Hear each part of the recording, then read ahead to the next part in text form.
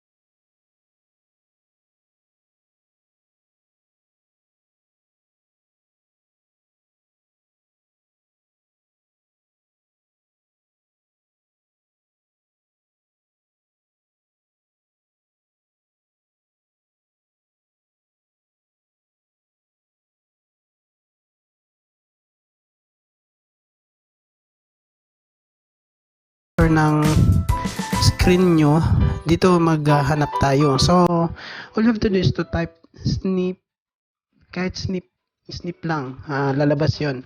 Okay, ito yung ano niya. This is the snipping tool. Okay, just click it. Alright, so andito tayo, no?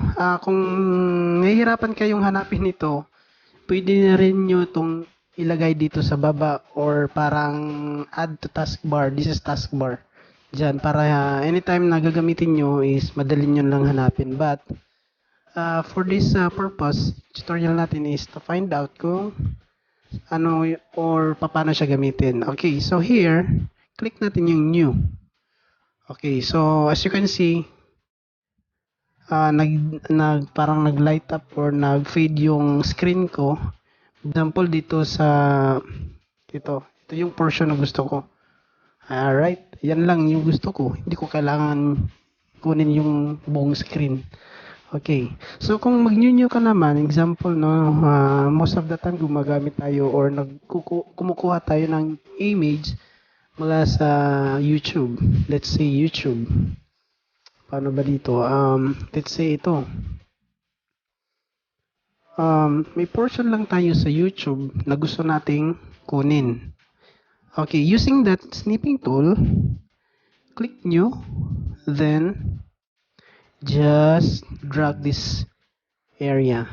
Okay, and then ayan na siya, yan lang. Yan lang yung gagamitin mo naman as an image. So right click, pwede nyo i-save. Anywhere you want to save, just click this save. Sa download, okay na yan.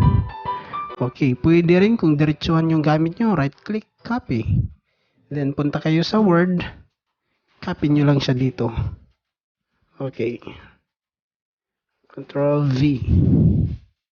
Ayan, nandiyan na. Tapos na, meron ka ng image na pwede nyong gamitin sa kung ano man yung paggagamitan mo. So that's it. So very easy to use, di ba? So that is the power of snipping tool. And hopefully meron kayong natutunan kung paano nyo hahanapin yung snipping tool, no?